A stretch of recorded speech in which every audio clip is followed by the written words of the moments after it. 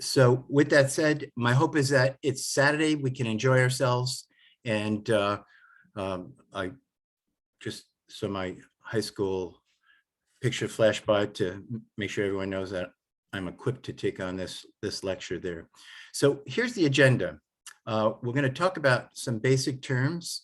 My hope is that in our time that we will have an opportunity to ask and receive questions, both in the middle of this presentation and at the end. If someone has something that really needs more of a personal discussion, the last slide will have my email, and certainly that I will make myself available to anyone that feels I could be of service that way. You can also reach me and a number of other possible folks. There's about 5 other folks on the CPA Ethics Committee. Okay, so with that said, the terminology I think is going to be important just as a basis for important ways to avoid making mistakes. Our world as psychologists, I believe, has gotten more difficult in recent years based on lawsuits. And so I'll probably bring in some cases just to, I think a certain level of anxiety can be helpful to make sure that we update our practices and protect ourselves from sort of those really difficult mayhem moments. So let's see if we could advance the next slide, and we'll move forward together.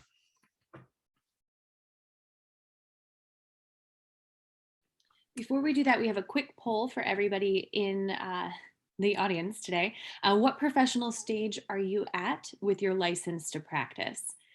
We won't spend too much time, but we will be asking for your time on some polls as we go through this.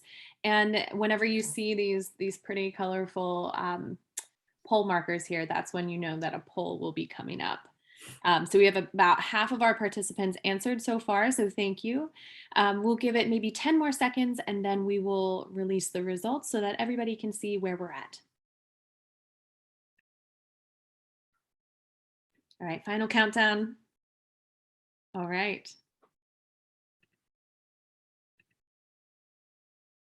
Dr. Kerner, can you see the results? Yeah, all good, thank you. So yeah, isn't that interesting? We've got 44% of us 20 years more. We actually should have had one additional category. It should have gone 11 to 20 years, 20 plus years, or none of your business could have been the last category. But I think the 44%, it just shows that we, and it's nice to see also we have 5% of the folks out there pre-licensure, and 23% in the first 5 years. So it that's also why I'm enjoying presenting with Murphy, because I feel like we're covering that same range right here. So let's go to the next slide and see if we can find things to talk about that would be helpful. Okay, so perhaps just leave this up very briefly. I won't be reading all the slides, everybody can read themselves, but what I wanted to say is that we're going to take a few minutes in today's discussion just to touch on telehealth. There have been certainly a lot of workshops on it. I know Dr. Elizabeth Winkleman, who is the attorney for CPA and a psychologist, is giving a presentation. I think it's on the, it may be coming up in the very next week, if I'm not mistaken, and it's on specifically on telehealth as an example. So with that, the term consultation is embedded in this overhead, and probably that's a good place for us to begin. When you look at people who get into board complaints, and I've been an expert to try to defend colleagues who have had board complaints on numerous occasions working with their attorney. Consultation is essential. And Dr. Press has just helped us with the data of that talk. Thank you. So let's move forward and see if we can be more specific. The term that we all should begin with here is informed consent. In so many cases, or my own hassles or minefields that I've entered into in the profession, over and over again, what you'll hear from attorneys who represent psychologists and other mental health professionals is that if you have things in your informed consent, it's how you protect yourself. Whether if you want to take someone because they didn't pay your bill and you want to take them to some kind of collection agency, was it in your informed consent? If it was, you have tremendous protection just as a starting point. But the informed consent is actually more important than that, because one of the topics we're going to talk about this morning are the standards of care. And you will see that informed consent is actually part of the standard of care. The standard of care is nothing aspirational. It isn't like, oh, this is the lofty goal. The standard of care is what we are required to do. So when the word required comes up, informed consent is a requirement. And so looking at your informed consent, even consulting about what is or is not in your informed consent, could be the kind of thing that most of us don't do. But if something happens, you think, wow, I am so glad I had my informed consent, really covering the scope of what I do. Many of us have very, very different roles out there, from psychotherapy to DBT to custody evaluations. And there may be ways you want to speak to those risk factors in each of those informed consents. So adherence to the ethical guidelines, we're going to talk about also. It's not lofty, it's part of the standard of care. So it's a requirement in the state of California. And then, of course, improper decision-making will underlie a lot of mistakes that we make. So let's move forward and see a few terms to start with. So as we talk standard of care, when you speak with colleagues about standard of care, so often they think it is actually aspirational, and it is not. In terms of the standard of care, and we'll get into a little more specifics about it, you should know, are you a fact witness or are you an expert witness? This can interface with a topic that we'll touch on briefly, subpoenas. It can, and it does interface with any time any of us are asked to go into a courtroom. If you are asked to go into a courtroom or receive a subpoena to go into a courtroom, you have to know, am I a fact witness or am I an expert witness? The fact that you're a psychotherapist, a licensed clinical psychologist, does not make you an expert when you're called to court. Many times, attorneys will try to make you an expert. But actually, if you're a psychotherapist and you've been seeing a client, you're a fact witness if you're called to court. A fact witness, maybe you've heard the term precipient witness. Example, you're standing outside a lunch restaurant during your practice, a little break in the middle of the day, and an Uber pulls up and hits a person standing, stepping into the curb. Now, here, if you were called to court because you were standing right there, I think all of us could appreciate you're a fact witness, or that term precipient witness. Meaning, if the police show up, you would come to court and you would say, yeah, it happened on a Monday. Yeah, it was about 12 o'clock. And here's what I saw. And I saw this green, I think it was a green Prius, and it pulled up. So you're a fact witness. When you're a psychotherapist and you're called to court, you're a fact witness. Now, fact witnesses are typically paid $35 per day, kind of a nuisance fee, and it's a very different role than if you're an expert. So if you're called to court as a clinician, if you're a clinical psychologist and you're called to court, many times attorneys will want to make you an expert. Well, what does an expert do that a fact doesn't do? Well, okay, let's talk about that Prius that just hit somebody. So now you're in court, and an expert would be more like, so, doctor, can you tell us about that 2019 Prius C and what the braking power is, and the viscosity of the oil slick that was on the ground after a rain, and given the time of day, and in terms of visual. In other words, you're talking and giving opinions. You're not just giving facts. You are an expert, so you can opine away. When you're called to court as a psychologist, you are giving expert material. If you are, you need to be paid as such. You need to have a contract as such. And you have to be careful not to be a fact witness, called to court, not paid for your time, and then have them begin to ask you DSM-6 questions, or 5TR is really the term now, the new DSM, in terms of diagnostically where this person's at. In other words, you have to differentiate, am I a fact witness or am I an expert? An expert can opine because your opinion is based on your years of experience. So that, I think, is helpful.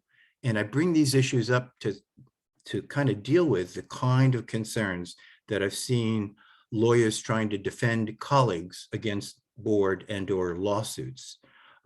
So with that, one of the ways we protect ourselves is with a standard of care.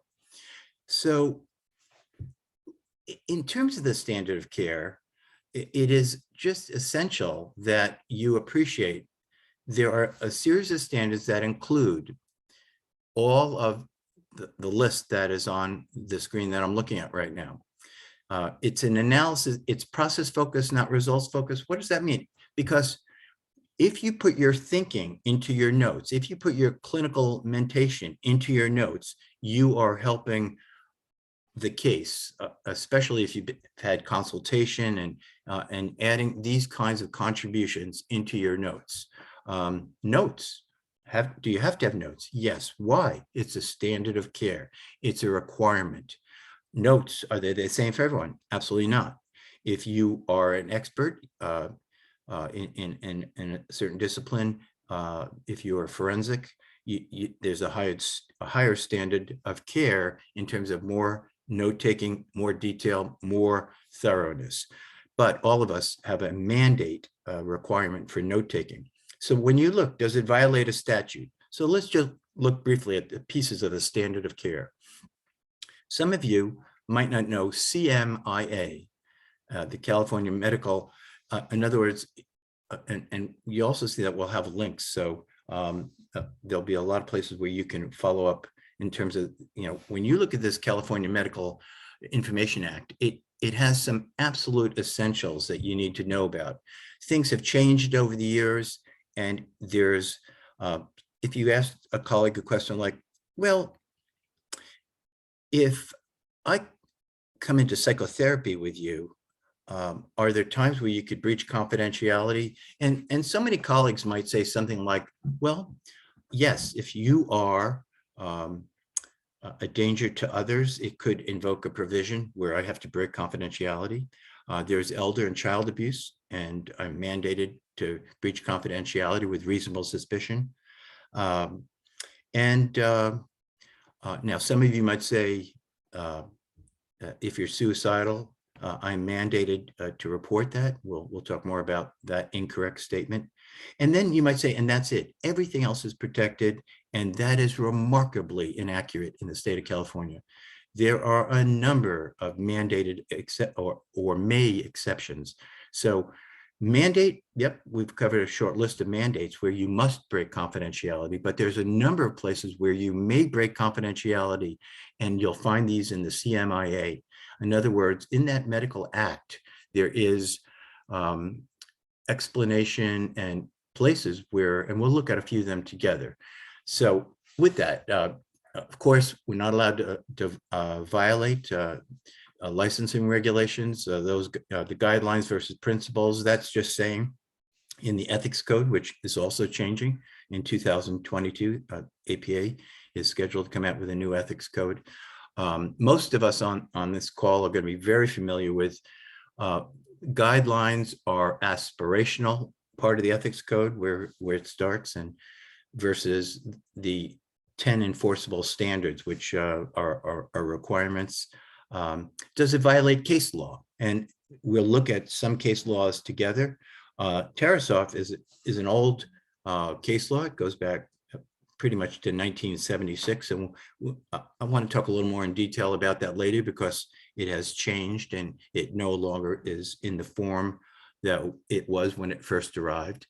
And then, does it violate the community standards? What do your peers think? More importantly, I'd say, what do your peers do? So if you are doing something that is exciting, incredibly cutting edge, you have to be careful, because if you go outside the standard of care, you are vulnerable to lawsuits. And why do I say lawsuits? Because we are able to be sued and perhaps have liability if we don't have all of these four sort of, if I can use the term, standards in hand. So we have to do what our colleagues think is within reasonable standards of care. And so I think that there is a risk when we go to new techniques, and we always kind of want to go to new techniques, but the risk goes up. So when EMDR came out, it was brand new. If no one could go to new things, we'd all be doing things, from 2, 3, 4 decades ago, and we're not. But you need to know that you should be more hypervigilant, more concerned about consultation, and did you have supervision if it was necessary, as you go to new techniques, because new techniques increase the risk. So let's talk about that risk, malpractice. In terms of malpractice, that malpractice is not someone makes a board complaint against you. Malpractice is someone sues you in a court of law. And so when malpractice occurs, there are 4 standards, and only 4 standards that the court looks at, and they're on your screen. In other words, malpractice, can someone sue you or I? There must be a professional relationship that results in a legal duty. So there must be a professional relationship that results in a legal duty. So there's been a number of court cases on that issue, like, is that a professional relationship? So an example, a very nationally respected colleague on eating disorders was presenting to an audience, and someone in that audience took that advice. And as we know, with eating disorders, things can go poorly for some of our clients. That person turned around and sued this national presenter, and the court ruled, no, that's not a professional relationship that results in a legal duty. And I think most of us would go, yeah, absolutely. But if you bring someone into your practice, of course. But what about if you're doing pro bono work? What if you don't charge a thing? Well, money, it will be irrelevant. So whether you charge $350 an hour or pro bono, you can absolutely have a professional relationship that results in a legal duty. So if you're doing pro bono, do you have to do all the things that someone else does? Absolutely. Like keeping notes and keeping a standard of care? Absolutely. I was referencing standard of care earlier. You must show that. Harm. So, well, what do we mean harm?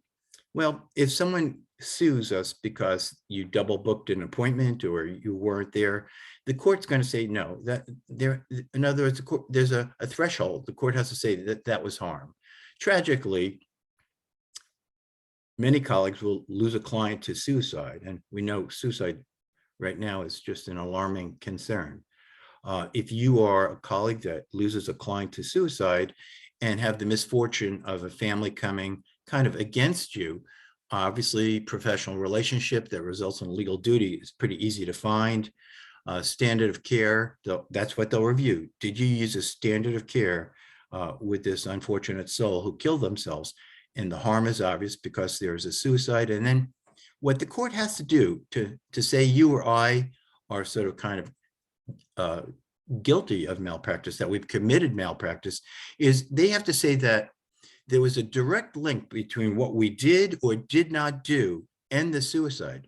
The suicide may have been coincidental to the work, or may have been very much tied to something they could say was tied to our work. There has to be a direct link. So these are the 4 standards, and the only 4 standards that the court is going to look at when there is a lawsuit. Someone takes you to court. So nothing with board complaints. But with that said, when you look at your malpractice policy, are you insured enough? Question mark. For those of us that do forensic work, not having the minimum is always a good idea. It's probably a good place to protect ourselves. And in terms of the other thing is, you should check on your policy that there should be a rider available, whether you use APAIT, the malpractice through the APA organization that many of us belong to, or whether you use as another major company called APA, not coincidentally, which has nothing to do with APA, but a very legitimate malpractice carrier out in New York. And they will have a rider where you can pay extra for coverage of board complaints, which I would tell you is really, really worth doing. It's much cheaper than malpractice coverage. And for a small amount of money, you'll get a $50,000 usually that's what they'll do. You can get like $20,000, $50,000, $100,000 coverage, and it's incremental compared to malpractice. Okay, let's move forward and just look at a few more terms. A lot of times I get colleagues calling me when they get a subpoena.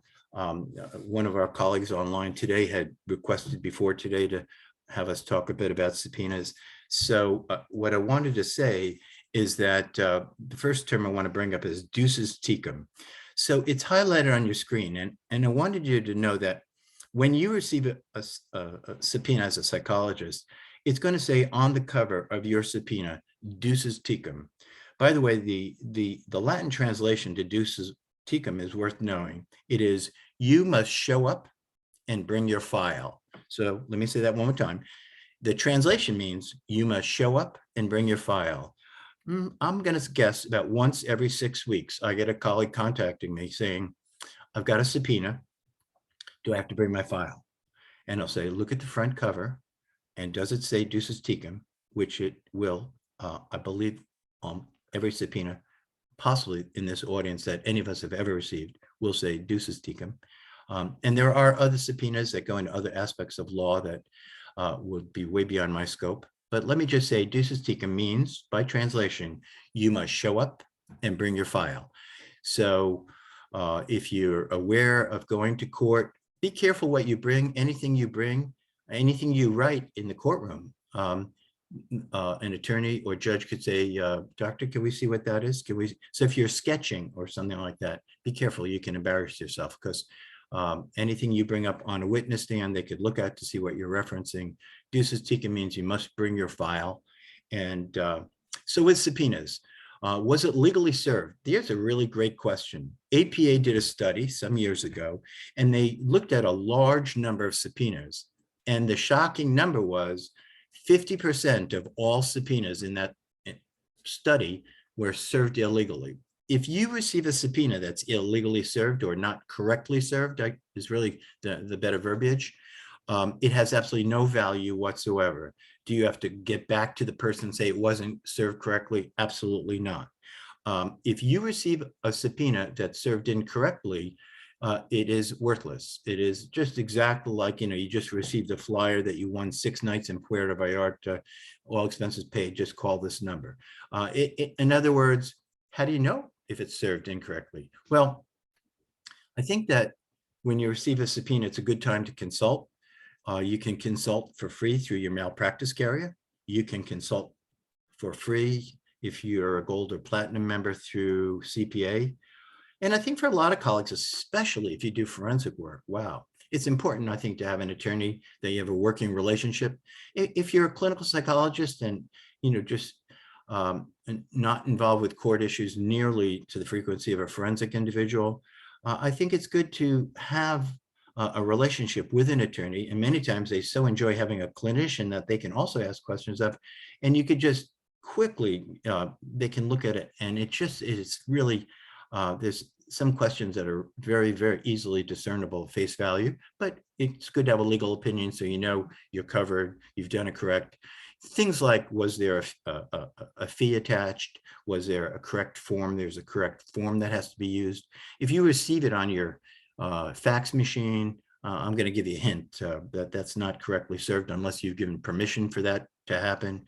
So there are a lot of ways that subpoenas are not legally served, and then once they're not, good news, it's like you've received nothing.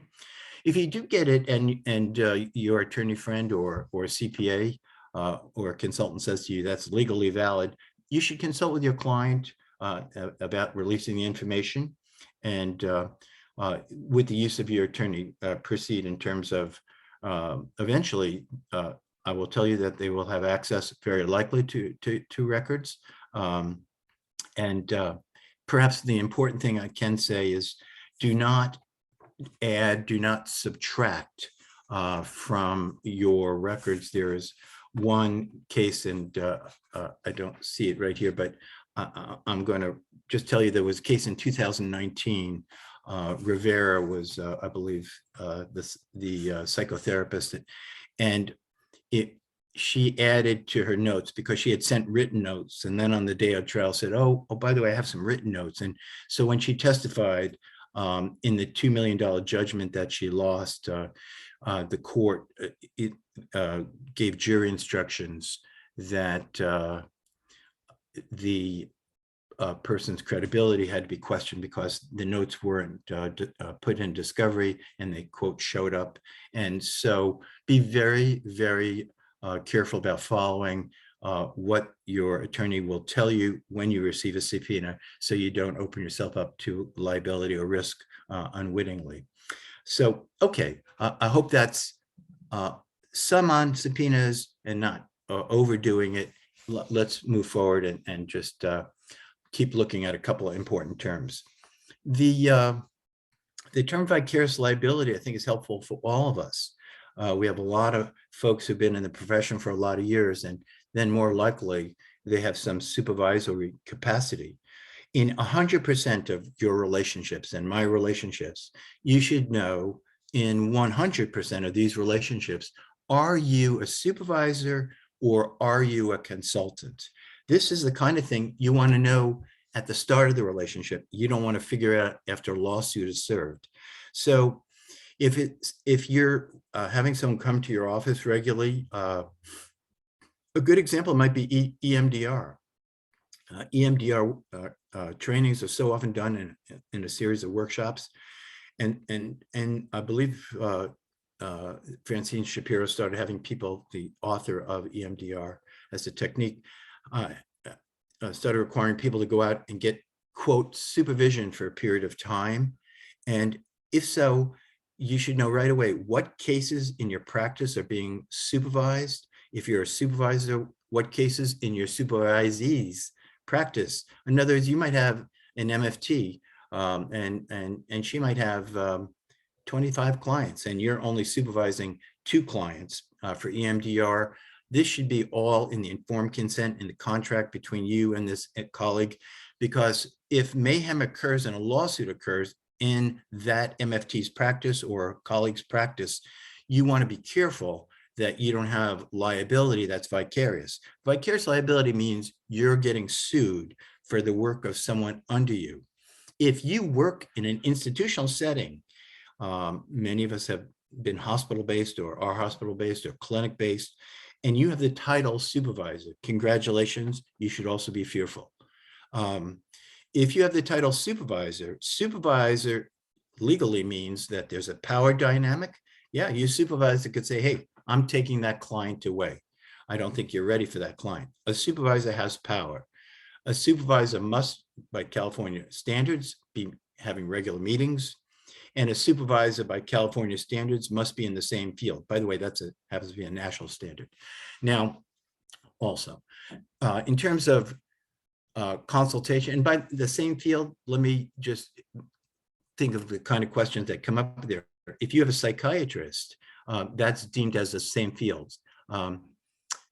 Psychiatrists are in our field, we're not in their field. So we can't do everything the psychiatrist does, but many of us could have a psychiatrist, even getting supervised professional experience up to 750 hours with a psychiatrist. They can be supervisors for us. So same field, but the extension of the same field is not, it's pretty narrow. Consultation, unbelievably different, has nothing to do with supervision. Consultation, well, privilege and privacy and all those issues are going to be very important to adhere to. When someone is consulting with you, they're not sharing details, so the person can't be identified most typically. There should be no vicarious liability when you're doing consultation. And of course, consultation is something that if they're going to put your name in their record, which is certainly possible, you should be having that discussion. Is that okay? Is that worthwhile? Because really you shouldn't be able to be deposed as a consultant because you don't have enough details to really understand the case. So one of the things that I've seen with colleagues having headaches is supervision. It's really an area where the board seems to flex their muscles and where colleagues make a lot of mistakes. I've seen colleagues, charging for supervision for SPE, supervised professional experience, which is the term now. And that is not okay. And so supervision is really regulated by the Board of Psychology, more so than some of these other issues. So let's do a poll. And Murphy, how should we take this on? All right, all of our participants out there, we have poll number 2 for you to complete. We'll give you another 10 seconds or so. We're at about 50%.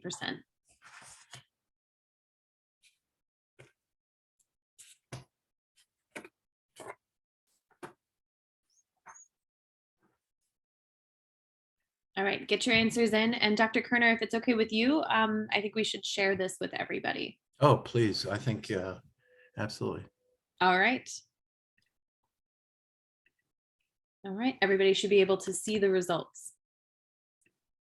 Okay, and so here I would be really, really interested to know, how many colleagues are forensic, because as Murphy and I were just looking and doing a lot of sort of work to decide what to present, we were looking at board complaints, the history of board complaints, numbers of board complaints, and it just seems that it's very fair to say that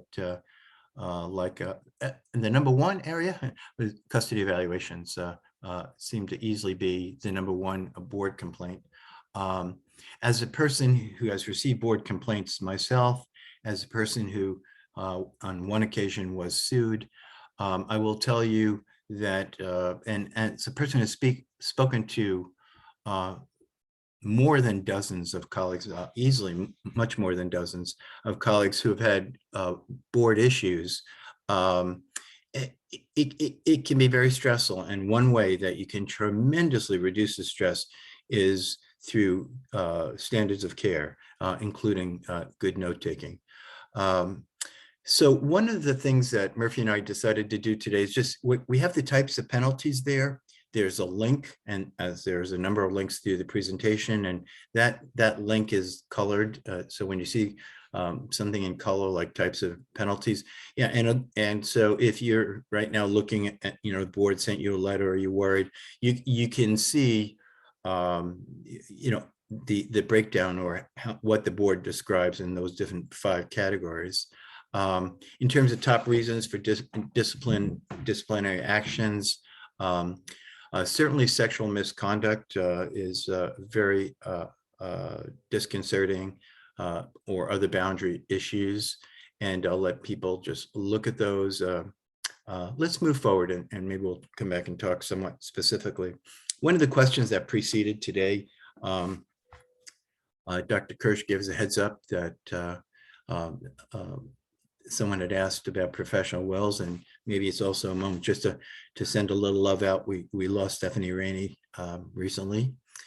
So it is a way of just reminding us that all of us need to have a professional will. There's a sample that's attached. There's a link that we attach, and I believe Dr. Kirsch has put some materials together also that people are going to have access to through the county association. The will is very important because the will designate a professional executor, and that's the person then that has the responsibility for the confidentiality of the records and the correct handling and how long the records are kept. And many of us may recall from just licensure days that the state of California is different than APA. The state of California asks you to keep records 7 years post termination. And if you have a minor child, you have to wait to the age of majority, which is 18, of course, in our state, and then 7 years. And so you're keeping records a long time. And so having a professional will follow you after retirement, or before retirement makes a lot of sense. Okay, so let's see if there are a couple of questions that we could take on, and we'll come to questions at the end also. And Okay. Murphy? Yes, we have a question, very timely. This individual is asking, do you have to have a professional will if you're part of a group practice where others are able to gain access if need be? Yeah, and again, I'd like to say that these are good things to consult an attorney with, but let me give it my best shot. Absolutely. So absolutely, because a group practice, while it has some rules and regulations, and I would also check, you're not asking, but let me tell you, if you're in a group practice, you better become really careful about vicarious liability. Do you have liability for the members in your group? I'm going to tell you that you might have much more risk with the members in your group than you are thinking. And so you might want to consult. And there are attorneys that focus specifically on that kind of question. And if you contact me after this workshop, I'm happy to try to give maybe 3 names of attorneys that might do that kind of work. So group practice, should you have a will? Absolutely. Group practice, should you have more anxiety for vicarious liability? Also, absolutely. Okay, we have another question. Is doing immigration evaluations considered forensic work? So I'm just going to keep the same word going. Absolutely. And I want to say that when you're doing immigration work, when you're doing workers' comp work, anytime APA says, and APA is, California has adopted APA ethics code as part of the standards for a California psychologist. So if you have a copy of the APA ethics code, if you haven't read it recently, not a bad idea, because we're responsible for that. When you look at forensic models, and there is APA guidelines, forensic guidelines, you will see that when you're doing evaluative work, you're under all of the exact same, and even if it's pro bono, and I've run into several of these cases that were pro bono, they were going to a well-known pro bono agency, and therefore they thought they didn't have to do everything that everyone does, and that the court disagreed, meaning absolutely. Okay, we have another question about records.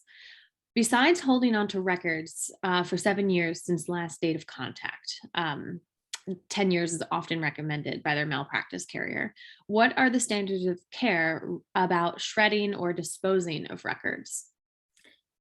Yeah, so APA says that we should be making sure that confidential information is treated reasonably. And a standard of care would be that you're not throwing any of these clinical records into any kind of receptacle that someone could retrieve them. Is it likely? No, but again, I would say shredding. There are services where trucks will come. I know in our practice, every couple of years, you will just have one of these trucks come, and everybody brings records that they can purge, and it's a little bit of a shredding party. So be careful. You can't put them in your dumpster. Have I ever had anyone have trouble? Am I aware of any cases of confidentiality records or suits because no, I'm not. But I would tell you, if you're shredding, you're doing it correctly. And maybe there's something cathartic about burning some of them. Depends on your practice and who you're working with, I guess. Okay, let's go to the next slide, and we'll keep the rest of the questions for the final Q&A. Thank you, Murphy. Thank you for keeping us on time. Appreciate that. So, okay, we're going to take a minute to just kind of walk into what is referenced as an evidence-based model to help you make ethical choices. The suggestion I'm going to give you, and I hope you take to heart, is that if you put any of this into your notes as you're talking about a challenging client, it will protect you. Because remember, the standard of care looks at you from a perspective of a process, not just the end result. So if you are showing that your thinking process was reasoned, and that you are using an evidence-based model to make ethical choices, it protects you against board actions. It protects you against malpractice. So let's move to the next slide, please. So you're meeting a psychologist colleague for dinner, and as you arrive at his or her office, the last patient is leaving. He's slumped in his chair. He looks exhausted. You think you smell alcohol. You tell him, "Whew, you look tired." He replies irritably, "No kidding, Sherlock." Then his eyes close and you can't tell whether he's awake. So how do you proceed? And with that, let's leave that hanging for a bit. I'd like to pass it over to my colleague Murphy and have her talk a little bit about something we call the 4-bin model. And it's a very well-regarded model that has recently been expanded. Murphy? Thank you, Dr. Kerner. I especially like this part of the presentation as a student who knows next to nothing about what to do in a lot of these real life experiences. And so when we talk about this model, it's helpful for not just folks that are students or new or maybe haven't encountered that obstacle yet, but it can be a time of a lot of panic. And so I find that these models, which we'll talk about a little bit about the 4-bin and then its most recent updated version in a few. But basically, this will walk you through the majority of the questions you need to think about when you are confronted with an ethical dilemma of any type. So it's not just specific to this type of vignette, but it could be anything. So the 4-bin model refers to the legal, clinical, ethical, and then risk management sections of your ethical question. And I will say, as a student last year on the ethics committee for CPA, you need to bring this with you before you talk to them with your consultation. So if you were to call into the CPA ethics board and ask them for their help, the first step is they're going to walk you through this or ask you to go through this first and then return later. So save yourself some time and cut yourself some slack and go through this first if you are to do a consultation. Here's where the 4-bin model starts. It's basically a pathway that you walk yourself through, asking yourself each of these questions, and then moving on to the next one as it's applicable. I won't go through all of this because you will have this in the slides, so you can take this and run with it. It is fairly dated comparatively anyway, published in 2014. So when we walk through a lot of this, you'll see ethical. Do you have an obligation to prevent this particular psychologist from seeing patients? There's hint, yes. Are there relevant laws about patient confidentiality? Other things you need to consider as part of the legal component. Then risk management, could you be sued or the subject of a board complaint for intervening or for not intervening? So both of these actions have a possible outcome. And then what would be the most effective way of intervening either with future patients of this person or with him himself, things like that. And then we have an updated 5-bin model, which has been published by Dr. Haug and a student of hers from PAU that is being addressed and being empirically researched. So this adds in a 5th component with sociocultural considerations. And some of the work definitely builds on the 4-bin model to get to the 5-bin, but it includes a little bit more consideration for the identities of all parties involved. And when you walk through it, we've gotten permission to share this. And the reference is at the bottom for anybody that's interested in looking more into this. But when you actually think about the 4-bin model and then apply the sociocultural considerations, which is in green, so you can see that they're applied throughout the 4-bin also, it really lends itself to a little bit more honoring of the identities of the folks that are involved, whether that's, for example, this patient or for the actual clinician themselves. And so what is showing up for all people?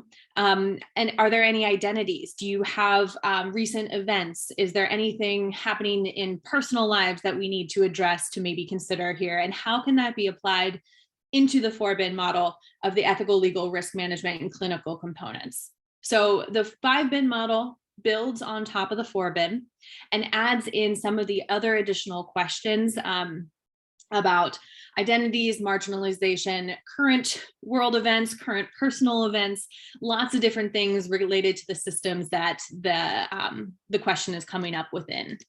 And then, of course, we have, as part of this, just some different definitions that you can access to after this when you get the slides that will assist you walking through the 5-bin model. All right, back to you, Dr. Kerner. Okay. Thank you very much, Murphy. And yeah, I like the multi-generational presenter approach here, because I love hearing 2014 is dated. You can use the 4-bin model. You can use it for an eye test. If nothing else, you close one eye at a time. But what I would suggest is, if you have a client, and all of us know those clients that are higher risk, look at the 4-bin model and integrate some of that thinking, questioning into your clinical notes. Remember, standard of care, it's a process. It's not like a math question and the right answer is. All of us know that. So if you can show clinical thinking that brings in the 4 bins, ethical, legal, clinical, sociocultural is the 5th one, and risk management. By the way, it is actually fascinating. If you have the time to look at this advancement, we're adding sort of I'll call it a social justice piece, and it really shows you how ethics can be impacted by that dimension. So I think it's a very important 2021 edition. So let's go back to the crisis moment in terms of telehealth, and what's our first slide there? So very briefly, and again, Dr. Press informed us that the upcoming workshop and if you haven't dealt with Dr. Winkleman, she is absolutely fabulous, and she is the attorney, handles hundreds of calls and inquiries yearly, and I mean hundreds. Okay, let's look at the first one. You have a client who's been accepted to the University of Colorado at Boulder. Can you continue to work in a telehealth model? There's some cases, and therefore I'll call them case law, that are developing. And I will tell you that there's no problem if you're doing some kind of follow-up. You have a client that's moved, maybe you're going to have a couple of follow-up sessions to make sure that she's having a positive adjustment. There was a case, and the case happened to be called Prince versus Urban, and we've been invited to give a talk in September to the CPA conference in Sacramento. And so I just started working on that. And so what I'm hoping is might be like a part 2, take some of this stuff and have a little more fun with it, but also look at the very most recent cases that are influencing our field and influencing our risk management. And so far I found one case where a few follow-up sessions was not a problem in a court of law. And then I found another case, and the reference is Bullion. And if anyone wants to get more information on any of this from me, you'll have my contact info. But on that one, there was a colleague who's doing some marketing in another state, and that was definitely a problem. I think that all of us have been trying to get updated on telehealth, and one of the bottom lines that I keep hearing is that it's state by state, meaning if you're going to be working with someone who is temporarily residing, say in New Mexico, you have to check with New Mexico to see what the rules of the game there are. Then there's a series of telehealth resources that we've put onto this. Those are sort of in that kind of greenish color. Murphy, did I skip one? Was there a second one I was supposed to? You spend summers with your significant other at a lake in Wisconsin. Can you continue to see your clients during the summer period with a telehealth model? And here again, I'm going to tell you that if you're just checking in, there's a yes. But if it's more than that, then you may have to be calling and checking with Wisconsin, depending upon the length of stay. But a couple of opportunities of follow-up is not going to be a problem. Okay, thank you. Let's go on to a very important topic, because it's a high frequency, and we're going to start with a poll. So Murphy, can I ask you to run the poll? You got it. All right. So we have poll number 3 running out there. We'd love your thoughts.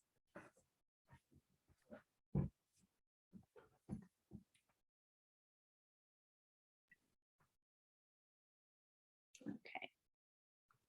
We got some responses coming in.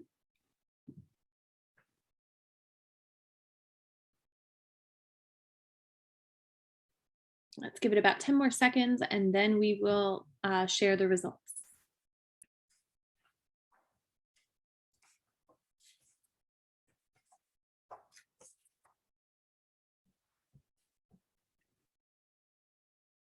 All right. Here we go. There you go. Poll results. Yeah, so this is just to see, it's a Saturday morning, and can we get people to pay attention for this length of time? Because that question was meant to be a bit tricky. We'll talk Tarasoff and some of these famous cases almost immediately, and you should know there that that standard only applies when you're talking about your patient. So and by the way, patient and client, according to APA, those words are interchangeable. When your client tells you, and that client tells you it's about someone other than your client, right away, the answer, as 68% of people said, you're not mandated to contact anyone. So, okay, that was just let's see, Murphy, can we back up for 1 second? I just want to make sure that there was anything else there. In terms of, so that's our 4 traces. Great. Okay. Thank you. All set. So let's go back to the this Medical Information Act, California, the CMIA. And this is, I'm going to break my rule here, and I'm going to read one thing aloud. So medical information may be disclosed consistent with applicable law and standards of ethical conduct by a psychotherapist. So here comes an important phrase. If the psychotherapist in good faith believes the disclosure is necessary to prevent or lessen serious and imminent threat to health or safety of a reasonably foreseeable victim or victims, and the disclosure, if made to a person or persons reasonably able to prevent or lessen the threat, including the target of that threat. Let me give you an example. Child abuse. So what gives us the right to break confidentiality? Well, we know it's a mandate in the law, but I'll tell you that right here, the CMIA states that if you're trying to lessen some threat, imminent threat to health and safety, so you can see how that would be covered. By the way, let me also say that there's been a terrible case, meaning went against a colleague who shared a CPS report with the parent, and you're not allowed to do that because in the you can only disclose in terms of like to an agency that might be able to prevent or lessen that threat. And the court ruled that the parents weren't one of those people in that case. And so there is important concerns about when you break confidentiality, who you share it with. And I want to give you a couple examples. So maybe child abuse reporting is one. How about, here's another one. You have a client, and the client's sitting in your office, and she is a risk to herself. And you're thinking, oh boy, this is going to take 5150, something along those lines. What gives you the right to break the confidentiality? Well, it's right in front of you.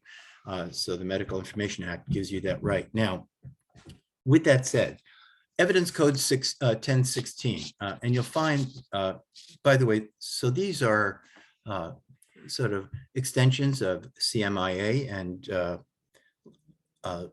the patient litigant exceptions, what I want to talk about first. So there was a client eventually, but not yet, who was in Europe, and she was flying back to California. And on the European flight prior to COVID, she developed a migraine headache in flight. So she went up to the flight attendant and said, I need to lie down in a first class sleeper because that's the only way I can get rid of these headaches. And the flight attendant said, yeah, I am so sorry, we're not allowed to do that because you can't change class status in the middle of a flight. And she goes, listen, I will buy a ticket. She goes, no, I'm sorry, we can't sell tickets in flight. She goes, listen, when we land in Newark Airport, I will go and buy the first class ticket. I need to lie down. I don't think you understand how bad my migraine headaches are. I must lie all the way down flat. And the flight attendant said, again, I'm so sorry, we can't sell tickets after the flight. Let me help you make you as comfortable as possible and coach. The woman did not listen to the flight attendant, and she laid down in a first class sleeper. So I guess there was one available. When the plane landed in Newark, the pilot got on and said, please remain seat belted because the police are coming on the plane. So we need everyone in their seat. And the police came on, they arrested this woman, handcuffs and all. And then she turned around and she sued United Airlines. And even though it's a picture of American, there happened to be a United Airlines case. She sued the police department. She sued everyone that kind of had any contact with her that day over this issue. Then she went back to see her analyst in Menlo Park, California, with whom she'd been seeing apparently for 12 years in psychoanalytic therapy. And the analyst said, I'm going to send you down to a forensic guy in San Jose. I want you to consult. And that's not consultation. That's a person coming into a practice. And in terms of talking, I'd like to tell you that I shared with her Evidence Code 1016, and it says this: there is no privilege in a legal proceeding in which a patient's emotional condition has been raised either by the patient or if there's a representative for that patient. In English, it just means that I told her in our 7-minute session, brief therapy, if she persisted with the lawsuit, they could open her 12 years of psychoanalytic psychotherapy record and bring it into a courtroom. And not only can they definitely would. And so if you have a patient who comes to you and there is a suit pending or possible, or they talk to you about it, as an ethical psychologist, you need to know Evidence Code 1016, because you need to know that it's an absolute break to the confidential record. And so I think that's a very important example that could come across our paths, absolutely. People come to us for sexual harassment suits, and you need to let them know if there's a sexual harassment suit, and part of that suit is emotional distress. That's the key phrase.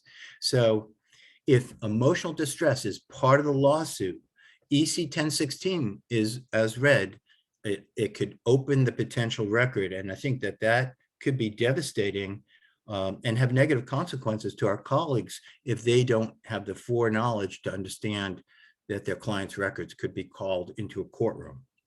Now, there are other evidence code exceptions. I'm not going to go through all of them, but I thought, and I hope this is worthwhile, even for my colleagues that have been going at this as long as I have, and I know there's a number of us today. For instance,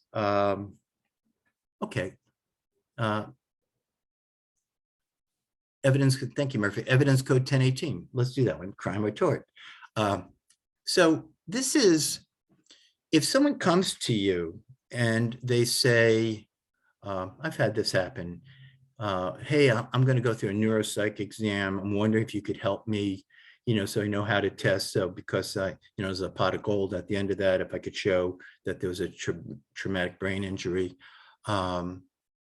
What you should say is, let me tell you something, that there is no privilege if the services you're seeking is to enable anyone to commit a crime or tort, another legal term for what we're talking about, or to escape detection from a crime.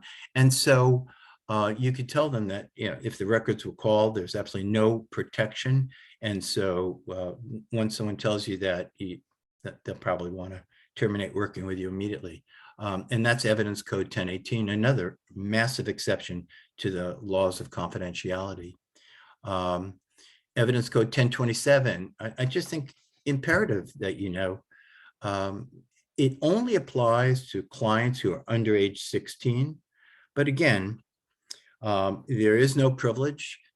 And as it reads there, when clients under 16, if the psychotherapist, and the term psychotherapist is accurate because there's other clinicians besides psychologists, have basically go on to say that they have reasonable belief that a crime has been committed, and then can you break the confidential relationship?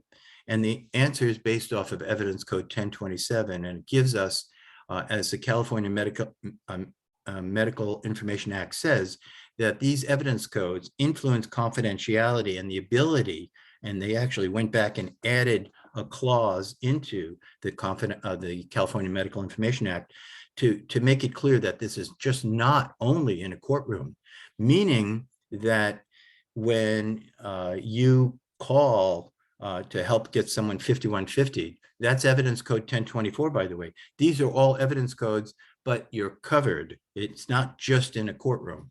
And so here, if you have a patient under a crime, you know, is under 16 and has committed a crime, it's another example. And it's where I would use the word may. You may break the confidential relationship. And of course, you could have a lot of questions about who's the holder of the privilege. And a lot of colleagues don't realize that since 1991 in the state of California, in a case Daniels v. Daniels, it was determined that if a minor is old enough to determine whether they can be in psychotherapy or not, that's only age 12, by the way, that they are the holder of the privilege. And so many times people confuse getting informed consent from a parent to proceed with therapy with who's the holder of the privilege, who owns that material. And so the minor holds that material if that minor is at least 12 years old. And so there's some really interesting interfaces between, well, privilege, confidentiality, how we proceed, and how we must be knowledgeable so we can inform our clients effectively and correctly. In terms of looking at confidentiality basics, I'll let people read that. I think many of us are aware of some of the requirements about storage of records, confidentiality. I'll let people read that. Confidentiality after death, and maybe that is a good example. It's just the in the very famous O.J. Simpson case, amazingly enough, there was a TV moment where there was a therapist who had been seeing, she was the therapist, so this was on TV, where she was seeing Nicole Simpson Brown, who was murdered. And she started talking about what Nicole Simpson Brown said and how she was making allegations of domestic violence against O.J. Simpson. So as she's talking, this camera's rolling. It's maybe because it's an LA psychologist. I don't know if the rules are different down there. Actually, amazingly enough, in this live TV interview, one of the camera people, or maybe it was a reporter standing behind a camera, kind of shouts out to our colleague, "Hey, isn't there like confidentiality or something like that?" And our colleague said on national TV, no, the patient's dead. So that raises two issues. One, don't make a mistake on national TV about this issue. And two, no, when the client dies, you can't reveal anything. The privilege just moves to the representative, the personal representative. Either the court will assign someone or the executor, meaning that we're not seeing, when Robin Williams passed away, no one wrote, Robin Williams on the couch, 10 years of Robin Williams' work with me. And no, of course not. And so confidentiality after death goes, as we were saying earlier, to the executor of the will. It certainly does not open the confidential relationship. Okay, so let's move on and we'll do a poll, pretty quick one. I have a duty to report a patient who threatens to commit suicide. Please take this one. So as you know, it's difficult to hold people for several hours online. So we're throwing some polls out there and hopefully some anecdotes also to kind of keep you engaged. I think it's a lot easier to do it in person, but it's also a lot easier to sit home with your cat and your kids running around. So there's some benefit. Okay, I have a duty to report a patient who threatens to commit suicide. Well, I think it might be the same 68% of it getting this question right that got it that earlier poll right. Nope, the wording here is problematic. You do not have a duty to report a patient who threatens to commit suicide. If you use the word duty, it would be to take a reasonable, standard of care to protect that person. Okay, but does it mean report? Oh, absolutely not. I'd like to let me be your client for just a moment to bring this point home. I've been feeling very despondent lately, and for the first time in my life, I actually started feeling suicidal. I can't believe it. And now, so I say this to you in psychotherapy, is there a duty? Is there some index that you've got to call? Is this a 5150? Are the police going to show up at my door? Of course not. Many times we have people who will share suicidal ideation with us, and it will be something that is remarkably relevant for the therapeutic process, but it's not a duty to report. So I would say about half of the informed consents that I'm asked to review have this phrase, I have a duty to report, meaning their informed consent is absolutely wrong. So thank you. We'll move forward off the poll, and I hope that's helpful. So here is a tremendous resource, Bruce Bonger's book. I know he had a co-author, but Dr. Bonger was a local for many years, and it's a compendium that most of us would say terrific. You'll see there's a link there. The sad persons, why do I put that there? That's if Murphy said 2014 is a little dated, this is 1982, sad persons. That's really dated. But I want you to know that many colleagues have faced tremendous angst by not having appropriate notes in cases where a suicide has occurred. There are two separate cases, two that I'm aware of, and I hardly am aware of all cases, where psychologists lost lawsuits for simply not having one statement in their written record.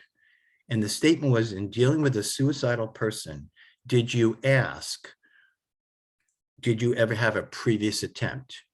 Two different lawsuits found that lack of question in the written documents of the notes on the patients that we work with, the fact that we did not ask about past attempts. So I absolutely still use sad persons in this way. When I have a client and that client is with me and I hear issues of substance use or abuse, immediately on my notes, sad persons, all 10 letters I will put in. If I have a person who raises ideation, immediately, not only will I put that word sad persons, I will go through them. These are 10 empirically relevant areas of inquiry. And so we know that there's demographic differences of age risks, of both gender and age, where there's higher risks for not just attempts, but completions. And by the way, with an aging population, aging male is two very disconcerting demographic statements there. Aging males, 65 and higher, you start getting higher percentages of people who complete suicide. So we have attempters versus completers. Obviously, we have to be concerned about every client, and we know there's an incredible elevation in youth numbers that's currently going on. For me, depression, I use that as I put a DX in my notes for diagnosis. There's empirical research on diagnostic concerns. Bipolar disorder, we know, has a higher rate. Borderline personality disorder, so let me finish the sentence, has a higher rate of completed suicides. So bipolar, schizophrenia, borderline, mood disorders like major depression, these are maybe the big four. But I think making a comment about the diagnosis and writing in your notes why you're concerned. It's a process. It's not just an answer. So if mayhem does occur and someone reviews your notes, the process of your mentation is very relevant. Previous attempts, well, Reid Malloy, if you have not come across his work, has tremendous insight, as Dr. Bonger does as well, on previous attempts. And not all previous attempts are the same, but when you look at the statistics of people who complete suicide versus people who do not complete suicide, wow, previous attempts is so alarming that one study said that if you have a client that comes into your practice and you only ask one question, have you ever attempted a suicide before? And there's so much that you want to know about the previous attempt. The exploration there is enormously clinically relevant, but that one question could be more predictive than all the other questions combined, because when you look at people who complete suicide, the likelihood that they've had a previous attempt is statistically astronomically significant. And a really, you see things like 80 times higher rates, 35 times higher rates in studies that are published, not percentage, times. So previous attempts, you should be asking so much about that.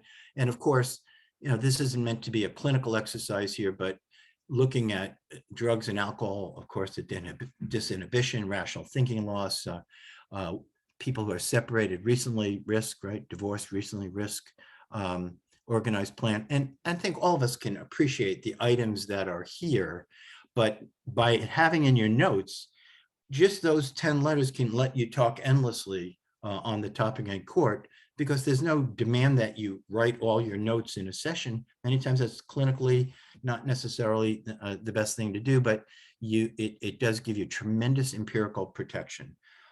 So let me just talk a little more on this topic. And I don't know if I get an overrepresented sample of colleagues who call asking for assistance, or cases I've been involved in where I'm representing or helping an attorney represent them, in an action against them, be it board or lawsuit. But a no suicide contract, I'm going to kind of get on a little moment here, because I will tell you that I think it's a great idea never to send someone home with a no suicide contract. I used an absolute word there, never. If I had a client in my office, I might say, well, Rhonda, can I ask you something? We've worked together for a while. Can I ask you to promise me that between here and Tuesday, you won't attempt your life? And if you get in a place like this, in others, I might ask for a contract with her. I might just to learn and use it as a clinical tool to gather more information, but I'm not sending Rhonda home with some note that she's going to hang on her bedroom wall, because if mayhem occurs, and many of us can't predict that, whether someone will take their own life, but we certainly understand that it happens fairly frequently, that if they bring you to court, they might say, so let me be a therapist for a minute now, under scrutiny in courtroom. Dr. Kerner, we're so sorry you're here today for this reason. And we know that you worked with this client for 6 months, and can we ask you a question or two, please, respectfully? Do you think suicide is a rational act? I think most of us parenthetically would say, or Adderall, no, actually, I think it's an irrational act. And then they might follow up saying, so Dr. Kerner, does the American Psychological Association, do they advise making contracts with irrational people? In other words, what you're just saying is that by the fact that the person was suicidal, they're not rational. Now I'm making a contract, they kill themselves. So when they go back to malpractice and harm occurred, they need to tie that death to something you and I did or did not do. A no suicide contract allows them to do that. So there's many things we can do clinically. Of course, there's many things we can do. Some of them are listed here, but sending people home with a no suicide contract is not one of them. Let's do a poll. Okay, so this is our last poll of the lecture. And we'll wait just a couple more seconds for folks to fill it out.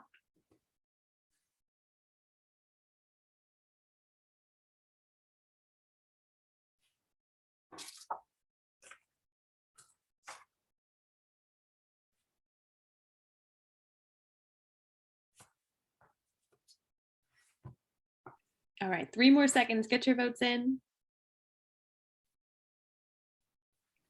Okay.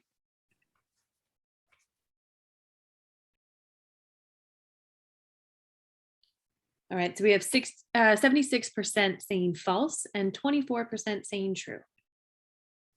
Okay, so we have, I am mandated to report when my client is threatened with immediate violence by a reasonably identifiable person. I am mandated to report when my client is threatened with immediate violence by a reasonably identifiable victim. So we're doing little word games here.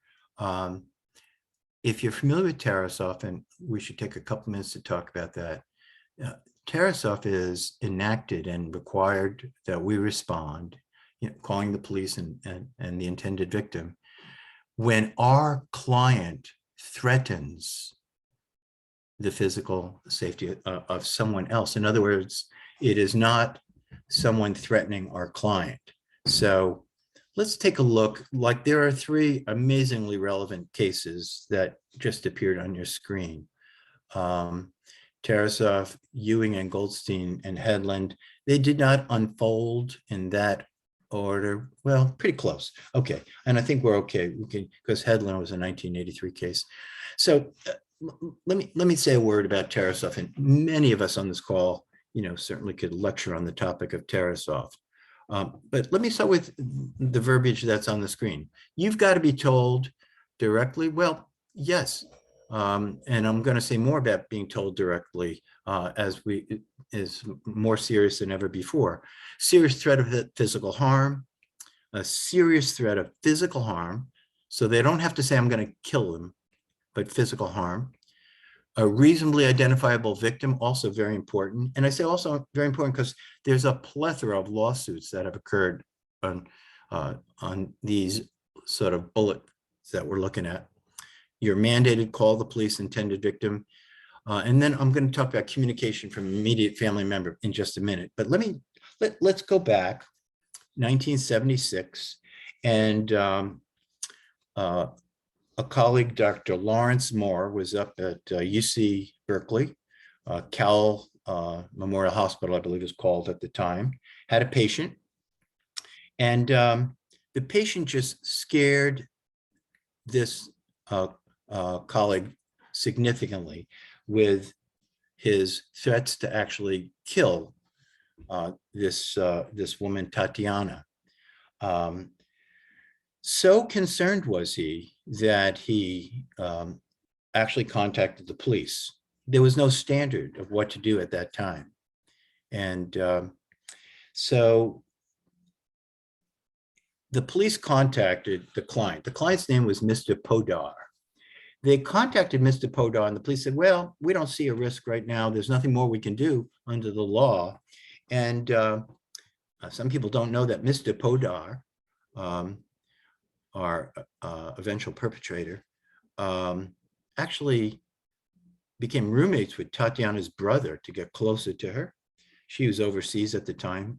And here's an interesting statement. I believe there was a 3-month gap between this occurring, but meaning the police interviewed Podar. So the therapist broke confidentiality. Police interviewed. 3 months later, he kills Tatiana Tarasoff. It goes to court. And eventually, the California Supreme Court said that there was also a duty, even though it didn't exist, not only to call the police, but to warn the intended victim. So it's kind of a shock to our profession. And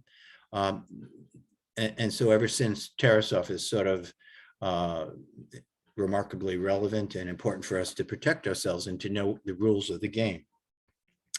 So along the way here, I just want to say that if I can just put in a little bonus moment. In 1983, there was a case called Jablonski, and this goes back to standard of care. And Jablonski, history of violence, eventually raped a woman, Megan Kimball, and tragically, Megan Kimball was someone's grandmother, grandmotherly age, was raped by Jablonski. A lawsuit came against the psychotherapist. And the reason I bring this case up here in the middle of Tarasov is because Jablonski had a history of hospitalizations and a history of violence, the case fell against the institution where our colleague was working because there was no attempt to get the past record of that person's violence.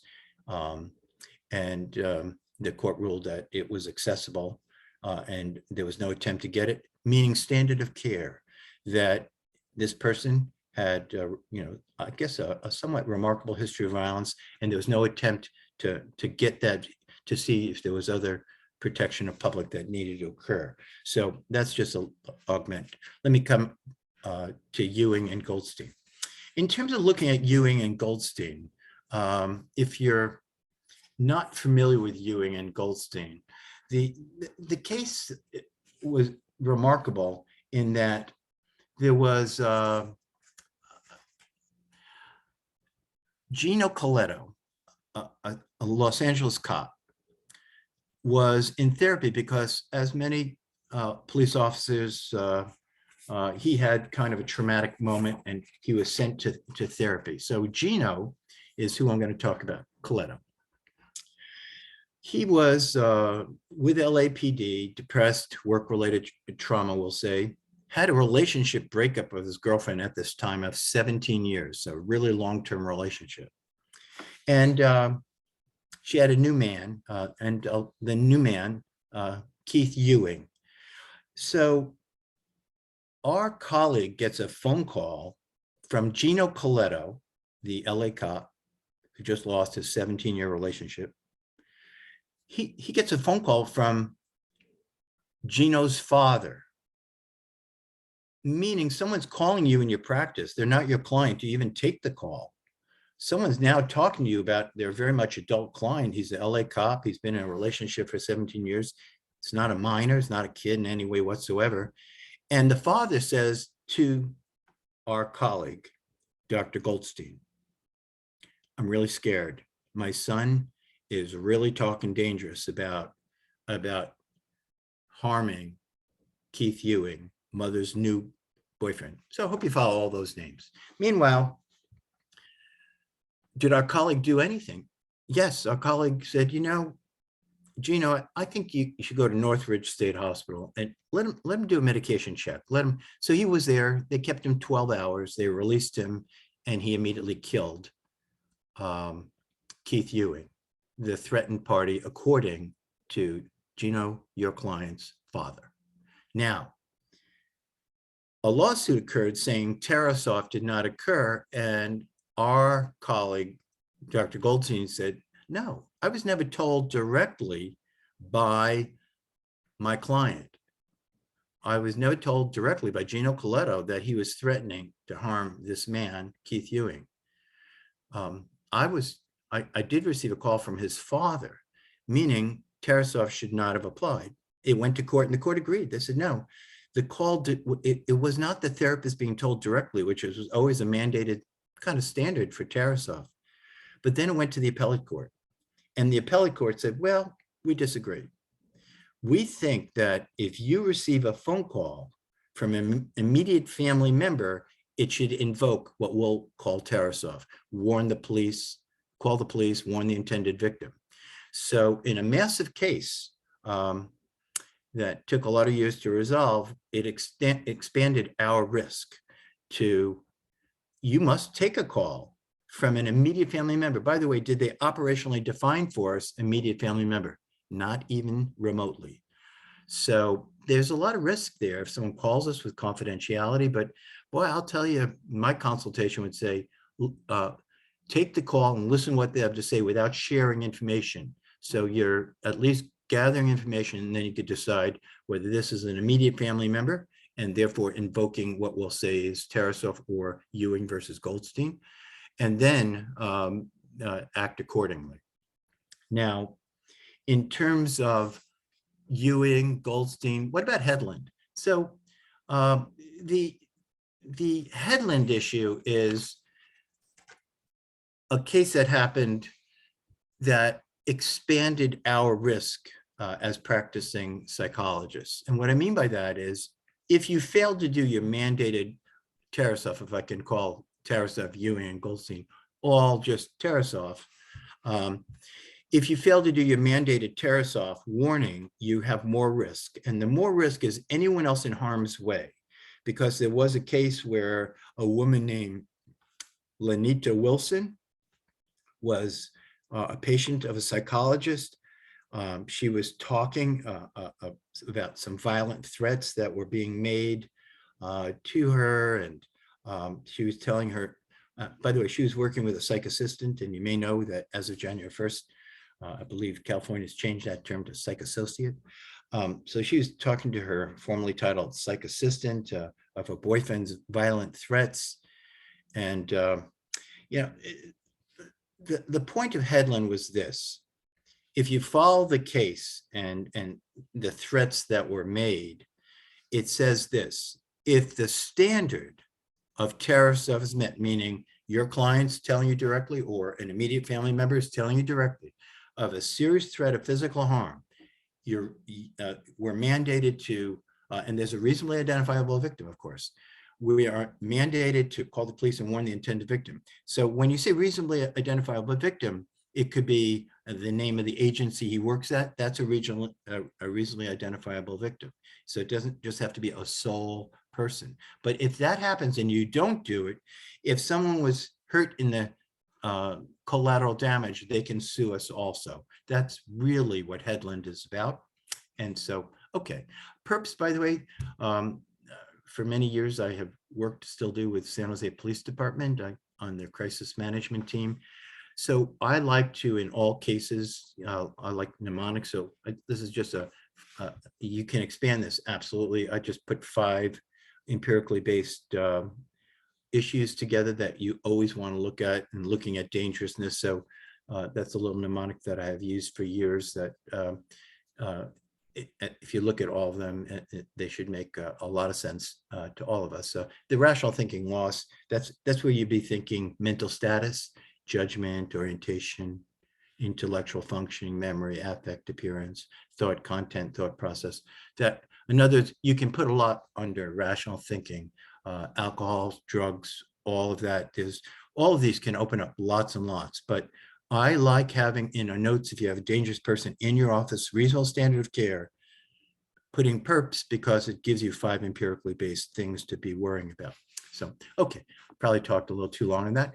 Now, in terms of Reed Malloy, I referenced earlier, if you haven't had a chance to hear him talk, he's just absolutely gifted presenter. He has very great insights in what I would call a classic book, The Psychopathic Mind. Many of us know Hare from years before. HARE also has many publications, and then the links will give you, and I really like the International Handbook of Threat Assessment. Some contemporary writing is in there. So let's move forward. So, okay, confidentiality, number 1, frequently reported intentional violation.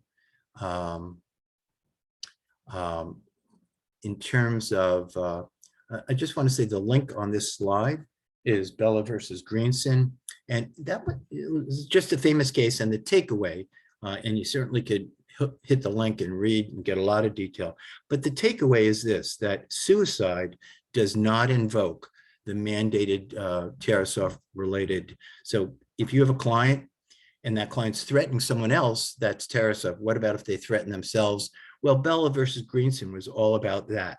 They tried to sue, saying that the suicide fell under the standards, and the court ruled clearly it does not. So, okay, let's move forward.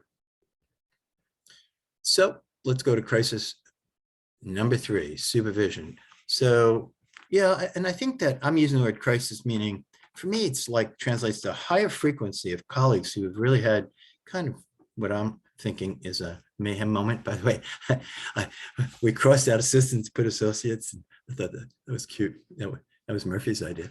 Who can serve as a primary supervisor? So I think that many of it, and the link is there. So I just want to maybe redundantly state that, hey, the board doesn't play with this issue at all. And if they find somebody messing with SPE, supervised professional experience, colleagues know who are on this call, who maybe right now are in formal supervision to get their hours for licensure, that it's incumbent on them to keep the records and keep the chart of the hours, and making sure everything is happening that should be happening, that they can show it in written form. Of course, the supervisor is responsible for everything, but I wanted to share just a story, and it goes this way. Once, many years ago, I was launching my private practice, and I had worked, and I had a chance to work with Dr. Press, who's on this call. Years ago, we were both at Stanford, and then as part of our role as psychologists there, we're in the alcohol drug unit and outpatient. And as the years went by and I left that facility, I had met someone who had been one of the 8 interns that came into that program a year. And I thought, I could perhaps benefit from the idea of having a psych assistant come. So I contacted someone, and that's someone I had met, and I'm just going to reference her as Kathy, and she had a little more training than a lot of the other interns, because she had run into a headache going through her advancement to candidacy. And the headache that she ran into was that she had been seeing a client, and her supervisor at the clinic said to her, Kathy, you're not equipped to take this client on. Her pathology, then referenced as access to, personality disorder, is too much for you. I'm pulling the client. Kathy was outraged. She felt like ethically that was unfair. She had an important relationship. And so she kept seeing the client at no fee, but she was doing what she thought was the right thing. Somehow the school found out about it. The school brought it to the Board of Psychology. She was a student in doctoral school, and they decided, okay, the penalty, 1 additional year of supervision before you can advance to candidacy. So she had that extra year in her background when she came and worked with us, and did very well for several years, and came into my private practice. And then one day she said to me, hey, Mike, I bumped into Ms. Persona non grata. Well, what does that mean? Ms. Persona non grata is a way of saying that the board said you can never speak to that person ever again, period. You can never have contact with that client ever again, period. And so many years had gone by, and the woman I'll reference as Kathy, who's in my practice, stops me in the hall one day and goes, Mike, I wanted to know, I bumped into Ms. Persona non grata. I was like, oh my God. I said, what happened? She goes, oh, it's nothing. Literally, we bumped into each other. We were in a store. I turned around the store. She was there. Like, we bumped into each other. She was like, oh. And I said, and did you talk? No, I just thought, since I had any contact whatsoever, and since you're my supervisor, and may I remind all of us on this call, vicarious liability, I thought I should tell you. I said, oh my God, yes. There's nothing to talk about? No. Very shortly thereafter, I get contact by the Board of Psychology. And I will tell you, that always gets your attention. It definitely got mine. And so I contacted them and said, can I ask you what this is about? And they said, absolutely not. I said, thank you. I had some very restful days until a investigator from the Board of Psychology came to talk to me. Now, this story to me, I hope can help colleagues because I had no idea what it was about. I was very anxious. And they came in immediately and started talking about my colleague that I'm referencing as Kathy. And I said, oh, okay. Now, the takeaway from the story is this. They asked me if I knew that she had had contact with Ms. Persona non grata. And I'm thinking, wow, how do they know that happened? And I said, well, I got to tell you, she did tell me that there was contact, but it was literally like contact, like it's sort of like turn the corner. Oh my God. Oh, how are you? Oh, okay. All right. Take care. And he goes, okay. So now we're 35 minutes into interview. And I don't know how we know this as clinicians, but we know this. People on this call know this better than most of the planet. It was not going well. I don't know how you operationally know it, but you know it. It was not going well. And I thought, okay, wait. So I said, may I show you something? So I got up and I got my clinical notes. And one thing that I think I've done, and I think it saved me that very day, is I used to dictate my notes and pay for transcription. And now many times I'll just talk on my Apple phone and dictate and then send the email to myself. So my notes are typed. They look so good. So every time I met with Kathy, I would dictate. And so I had a stack of, my weekly dictations. And I said, really, I don't have the right to show this to anybody because it would have other patients' names on it, but it wasn't going well. So I said, I just want to show you that I have supervision notes. So when I say that this is what happened with Kathy, this is what happened with Kathy. And so the investigator, who is, by the way, a sworn police officer, and if you called me to consult before this happens, I would tell you, bring an attorney into that room. I was young and not wise. And almost like an actuarial, the investigator or the sworn police officer, not in police clothes, takes the stack of supervision notes, and each one had a date in the upper right corner, starts going through it like a tax person, and the dates would just move in 1 week at a time. Right away, everything in the room changed. Now with 38 minutes in the room, and he goes, I just want you to know, Dr. Kerner, we're not looking at something that you did wrong. Well, why not say that? Hi, Mike, I want you to know we're not looking at what you did wrong when it came in. This was 38 minutes later.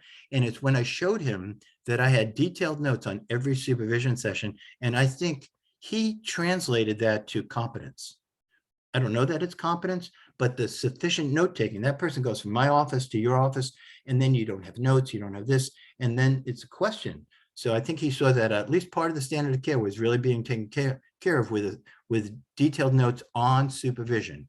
That's the takeaway from the story. So I hope it was worth our time. So let's move forward. So I'm going to just ask, since Murphy is at that stage of life of supervision, if you don't mind, Murphy, to take this on for a moment. Absolutely. This slide is in reference to the supervision of students and the varying levels that if you're supervising a student, the integrated development model of supervision recommends that you place your students into. Now, this doesn't have to be a formal placement, but it's more of an assessment of where your students are at and then meeting their needs based on these 4 levels. The first one is where they're level 1. This is usually like first year practicum students where the autonomy is really dependent on you as the supervisor, lots of questions, lots of little minutia needs, and needing a lot of structure and fairly limited self-awareness. Then you move to maybe 2, and this is where it gets a little bit less prescriptive than year 2 in practicum or year 3, whatever. This is kind of where you decide where your individual students are at. And this is where students will fluctuate between high and low motivation, where you have a little bit more questioning, but then also a little bit of knowledge under their belt enough to ask good questions, and then also maybe to make some decisions in the moment with a client. Obviously not risk-related decisions, but like similar like decisions to maybe therapeutic decisions. And they're focusing on the client, they're really empathetic, they're over-identifying. And this can be where the professional development begins to blossom. And that's where you get level 3. So in level 3, your students are mostly autonomous, maybe checking in every now and then, or holding questions until your weekly supervision, whatever it might be. And this is usually getting towards advanced practicum, maybe early internship, depending on where your students might be in a doctoral program specifically. This is also applicable to master's level clinicians also, just might be on a different path. But in level 3, they're mostly autonomous.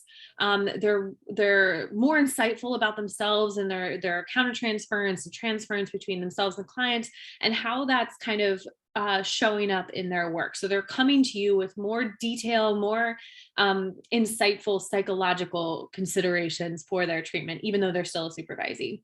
And then level 4, this is where you really feel that they've leaned in really hard with their professional development. And this should be a metric that you see met on the way to internship, if not beyond. And what I mean by that is you have this person, your supervisee, has experienced multiple types of patients, multiple crises, and also multiple mundane things that have kind of helped shape them to be a professional within the field. And I put a link here also, so if you are interested in this, you can definitely check this out a little bit more. But it also plays into the supervisor models as well. So just as we have models for students and supervisees, we also have models for supervisors. And what kind of role you bring to this is also dependent on where you're at and what level of or model your supervisee has as well. So the first part is facilitative. This is where somebody would be really overemphasizing like the personal growth and warmth and bringing a lot of compassion to the work. And this is for some students that show up with a lot of anxiety and a lot of fears and worries about being a good clinician, which for me, it's fairly recent. I remember being very nervous that I would ruin someone's life by being a bad clinician once and saying the one wrong thing. And that in that instance, you might need to be either facilitative or maybe more prescriptive. The second one here is where you're actually assisting your supervisee with a lot more focus on what to do, when to do it, and they require a little bit more hand-holding. And so that might be when you want to model if you're working with entry-level clinicians, or entry-level meaning like early in their career, early in their learning career. Catalytic, this is where you're promoting change. You're trying to push the supervisee from more prescriptive to catalytic, and then also to their own professional growth. So this is where you ask them questions, you help focus them, you ask a little bit more of, you push back and you ask them to explain themselves, why they would do that, and make them kind of do both sides. What would happen if this happened? And then we have confrontive. This is where you should be confrontive if you have a student that is secure in their knowledge, as well as willing and able to have enough knowledge and experience under their belt to actually be able to receive the confrontation that you provide. This is where you want them to go that extra mile. Maybe they're competent, or maybe they're moderately okay for where they're at, but you think that they should either be higher. Maybe you can change your modeling just to be a little bit more confrontive, to push them out of their box, their comfort zone. And then conceptual. This is where you get to be very lofty. You get to talk about theory, you get to draw parallels in some of the more abstract thinking that the students might be doing, or the theory, or how the theory relates to their practice. And these models are not prescriptive like the student models, where they're not specifically to a year in practicum or a year in training. They're more on you as the supervisor to move through these fairly fluidly based on the needs of the supervisee. And then of course you can click the link at the bottom for supervision models if you'd like to learn more about these. And then finally, and Dr. K, I'll ask for your thoughts on this in a moment, but how to be an ethical supervisor. There are a lot of things, and Dr. K definitely mentioned detailed note-taking. That's one of the best things that you can do, just so you remember and your student also remembers. Heaven forbid there's ever an audit or some other concern, like Dr. K mentioned, that you would need to defend your supervisee or yourself as a supervisor. I think that there's also a focus, or there should be a focus, on the needs of the supervisee.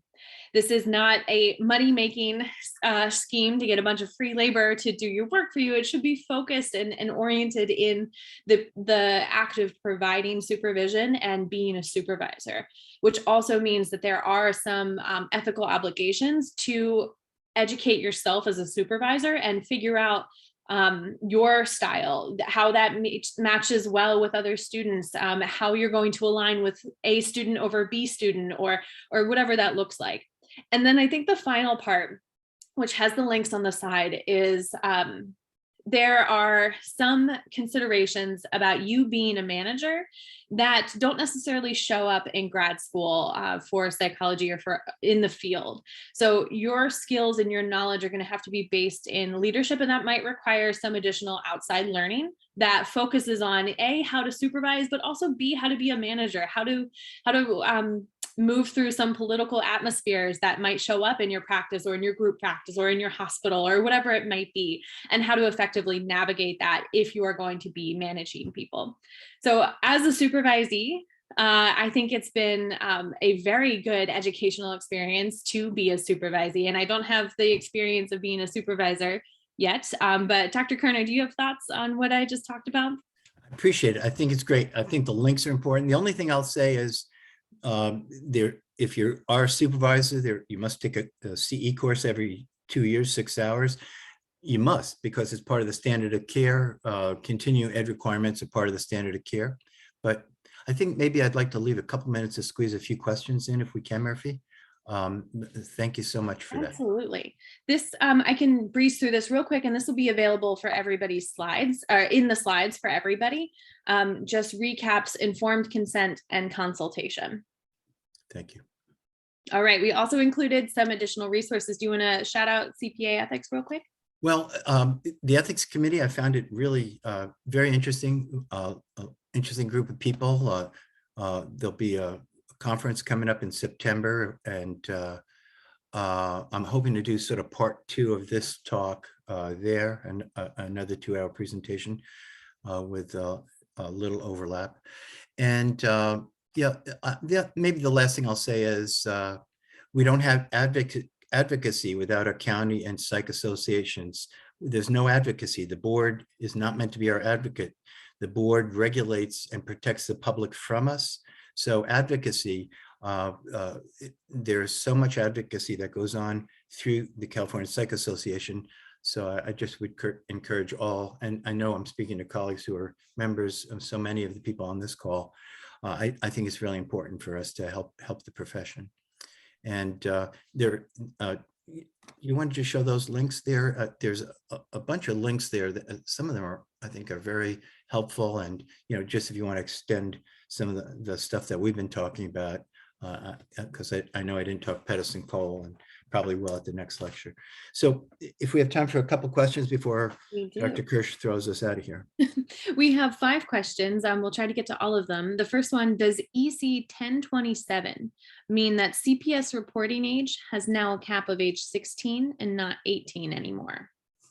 No, it doesn't. It actually does not. But the agency is going to be much less interested in hearing about a 16 or a 17-year-old, and usually they'll take the call, and it'd be very difficult to get them to do anything with a child, still a child that age, a young adult child. Okay. Can you say more about what you mean by that? If we are sued after a patient's suicide, that there has to be a direct link from our work to the suicide. Like, what are examples of a direct link? Okay, an example of a direct link is you sent them home with a contract that didn't work. I like that example because I've seen it come up in a courtroom, and I've seen colleagues, I'm sorry to say, devastated by the use of that. So a direct link where in court they can show what you did or what you did not do. A direct link. The person came in, had been cutting, you didn't send them to inpatient care. That might be seen as a direct link. Along those same lines, what do you not put in records when someone is suicidal? Thank you. Excellent question. I think it is really important that if I have somebody and I'm making a decision, should I hospitalize or should I not hospitalize? I hope this is okay with my colleagues, but this is my advice. I would not put in my notes, oh, this was the most difficult decision I've ever made. I sent them home instead of hospital. I would not put something in my notes that's incredibly self-incriminating. All of us are doing the very best we can for our clients. All of us should be consulting, need to consult, but make your notes fit your actions. That's what I'd say. Make your notes fit your actions. Do the best you can for your clients, protect them, but make your notes follow your thinking and your process. The 6 hours for supervision, does that count for the 36 required to license renew as a clinical psychologist? Absolutely. 27 can be virtual, 9 can be in person if they've kept that standard the same through COVID. But either way, the 2 hours you get today count, and the 6 hours if you did it for supervision absolutely count. I believe you can only get credit for that course once in a 2-year period, is another little byproduct of that rule. Okay, our final one. How vulnerable are psychologists acting as an expert witness in a license hearing? Well, some people think that if you piss the board off, there's some risk there. I would tend to believe that there's nowhere that that's written. And so in that way, I think if you want to speak to me more about this privately, whoever asked that question. But I think that, my hope is that all of us, are experts. And if you think a colleague deserves your representation, my hope is, you'll go in and say what you can ethically and reasonably. But the board are people and they seem to have their own resentments. So I'd have to say there is some risk there. All right, I'd also like to note that Dr. Kerner's email is up on the screen right now. Yeah, and I just want to say that I want to thank people very much. I want to thank Murphy. I hope people can appreciate, where Murphy is in her career and coming in, and she's been fabulous, and I hope you feel that she's been fabulous in helping put the entirety of this together. And again, I really want to thank the County Association, and I hope we took up a couple of hours of your Saturday. I hope there was some stuff for everybody. Thank you, guys. Okay, well, I want to thank both of you so much for everything you offered us today. And I just encourage people to complete the evaluation. And if there's any important feedback, we'll give it to you. But you covered so much ground and held our interest. And this recording will be available to those who attended, and we'll make it available to our members who weren't able to attend. And I just can't say enough of thanking both of you. And Michael, it is a delight to also meet younger colleagues and see Murphy's enthusiasm and expertise with all kinds of things. So I think we can offer both of you a complimentary membership to our association. I'll run that by the board, but we'd love to have you join us and see what we're doing. And Barbara, I think I've been a member for years, so probably you don't have to be a complimentary one. And if I'm not signed up, just send me, because every now and then I let it lapse, and it's just a competence issue. Okay, great. Okay, well, we'll leave the link up to the evals for a few more minutes after everybody signs off, so that if people haven't completed it, they can complete that. And again, thank you so much. I can't say that enough. And I hope you get to go outside and enjoy the rest of this beautiful day. Thank you for everyone. Thank you. Okay. And Murphy, thank you again for all the time to help put this together. Yeah. Thank you, guys. Enjoy.